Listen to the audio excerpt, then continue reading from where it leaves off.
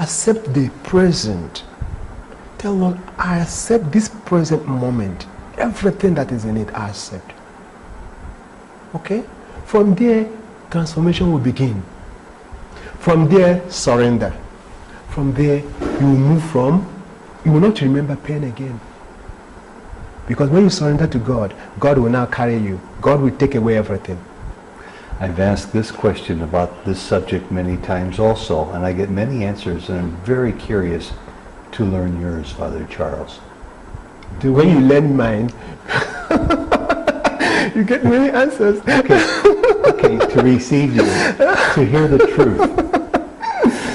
Do we have free will, or does Baba pull all the strings? You see, that question is from the ego. It's from sense of separation. That question doesn't really arrive. God doesn't even have will. Where there's one, where is will? It's only where there are two.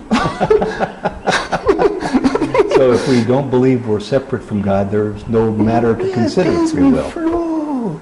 It's an it's the emotion of continuity.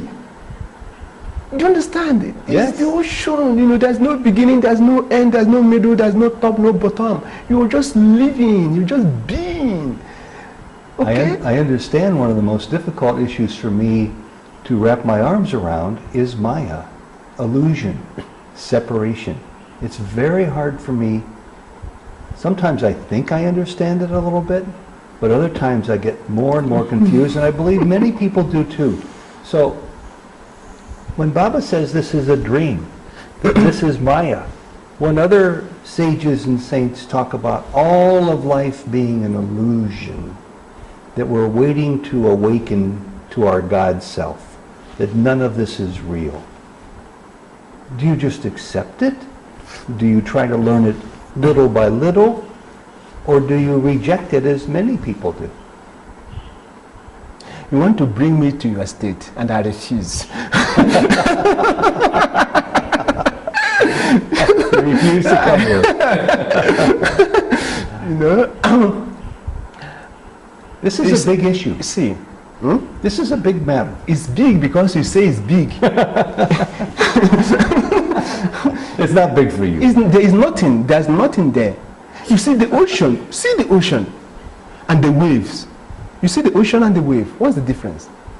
They're the same. Yeah. I hope this answer is not going to lead to another question later on. The wave is a small version of the ocean. But actually the wave does not exist.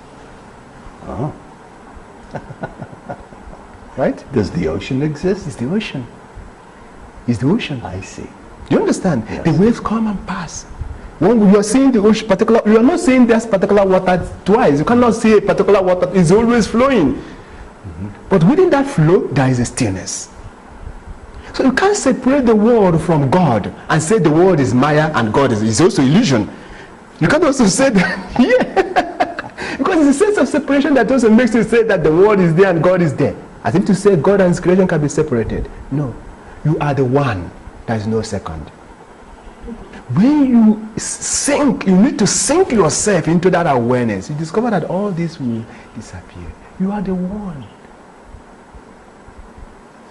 Easier said than done. No, it is the mind that says easier. That's the mind. The mind makes things complicated. The mind is 2, 3, 4, 5. But Baba, the Creator gave us our minds. Who is the Creator? You put the Creator there, but you are the Creator. Why did I give myself a mind? Because you are projecting it right now. You are not separate from the Creator. You are the Creator. You are eternal. You are infinite, absolute, unbounded. I know you don't like to talk about it, but in this illusion, we think we are separate. It's the thinking. And as long as the thinking persists, you will not understand what I'm talking about. So how do we get around the thinking? Stop the thinking. Your nature is not to think. What do you do in place of thinking? When the sun rises, what does the moon do? Shines. When the sun is shining, does it need the moon? No. Where does the light of the moon come from? The sun. So the mind is not really real in the actual sense of the word. Its energy is derived from the self, but it parades itself as the self. That's ego. You understand? Yes, I'm trying to You don't understand it. understand. The mind, you must relinquish the imperative to understand. Like a lot of people, I intellectually understand it. I want to know it. But in my heart yet, it's still a foreign concept. Sink the head into the heart. Sink it. Live here. And here is I. Where do you point? I. Isn't it so? Where is this? It's the heart. When that I is in the heart, there's no thinking. There's being. There's no becoming. You are. Father Charles, you are a young man. Am I? My body might be young.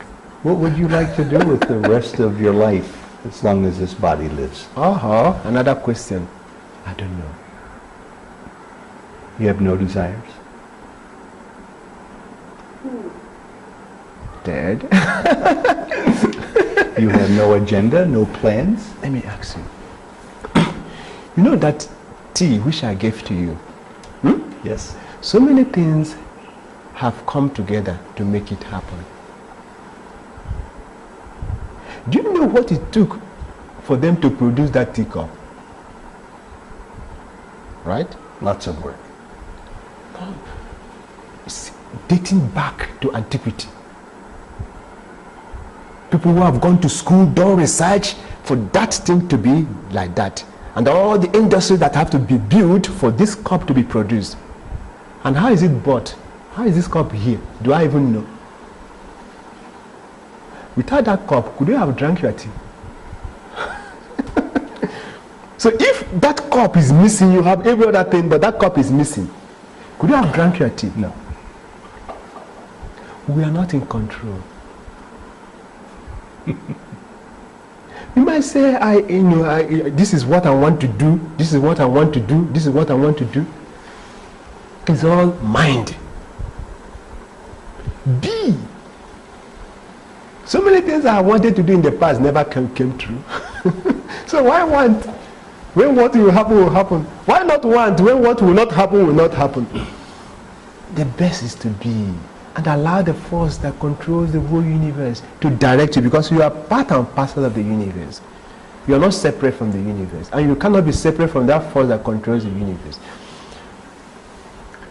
As we wind down to the conclusion of this particular talk, I would like you to do the impossible and to summarize in several minutes your intention to share some of these concepts with others around the world, especially the concept of I am, of Advaita, of divine oneness.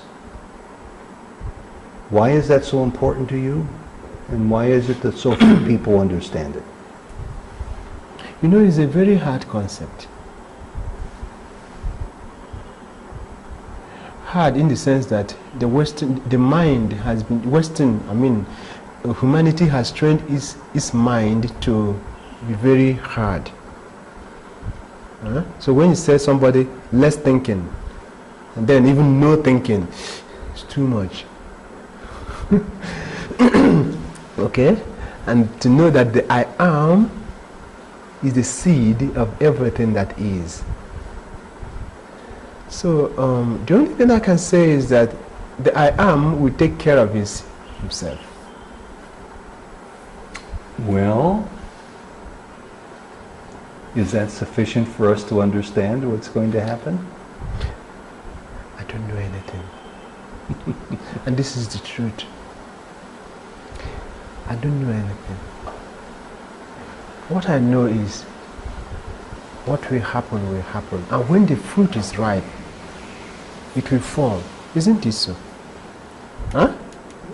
When the fruit is ripe, it will fall. You are cooking rice. Huh? Do you bring down the rice before it is done? Everything has time.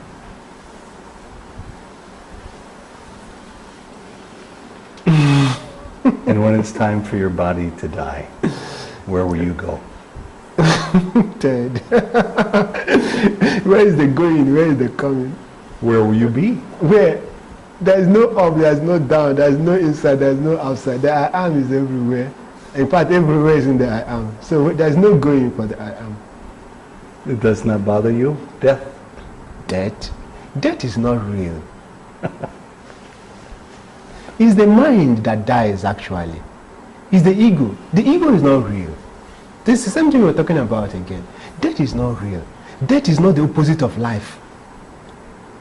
Life is you just coming, exit, the wave. Emanating from the womb of silence, merging back in the womb of silence, in the tomb of silence. The last 5 minutes are yours. I will shut my mouth. And you say anything you want or nothing at all. I will not turn off the camera until 5 minutes. The greatest thing in our lives is love.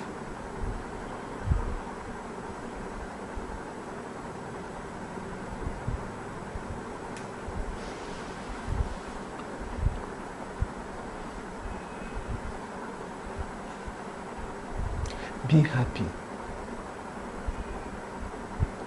Because they are not different. When you are in love, you are ever happy. And what does it take to be happy? Nothing. It's your greatest possession, your greatest treasure. The self is Ananda, is bliss itself. Be happy. And it is in that state of being that everything is attracted to you. Because the self is also attraction. Krishna means attraction. Krishna is the inner self. When you are, everything happens so fast. When you try to be, you are swimming against the current of your own being. There's friction. Be happy, dear children, be happy. Do not take this world so serious, otherwise you end up in the psychiatric hospital. Nothing is serious, nothing is important, really nothing. The only thing that is important is that which adds importance to everything, and that is yourself. You say this is important and then the eye goes to there. Where is the importance of that thing? Man is the measure of all things. And it is what you add, right? Can you give me that your bango? The bango? Okay, you love this, you cherish it so much. It's so important to you. But is you have put importance on it. And because you put so much importance on it, when it now begins to diminish, dwindle, change, your happiness is affected. But if you never put any importance to this, if you lose it, you won't even know you've lost it. Right? So the point is, don't put importance on things. That doesn't mean that you should not do your duty. But it is when you remove that sense of detachment that actually you are more productive and you do things perfectly. When you want to operate your daughter, you are a doctor, you want to operate your daughter, but you are attached to the daughter, you make mistakes. But when you are free, then you do perfect, exact operation. It's same. Your father loves you so much. God loves you so much. God knows about all those things which you put importance on that deny your stillness, your happiness. Remove all those importance and put it only on one. And you know that what? God. Put the importance on God. Every other thing will be taken care of. Jai Sai Ram. Jai Sai Ram. Thank you. Thank you. Long-term devotees. It's good for Christians. They're wonderful. Oh, they're beautiful people. And I wear it all the time. It's just a gift I give. And it's all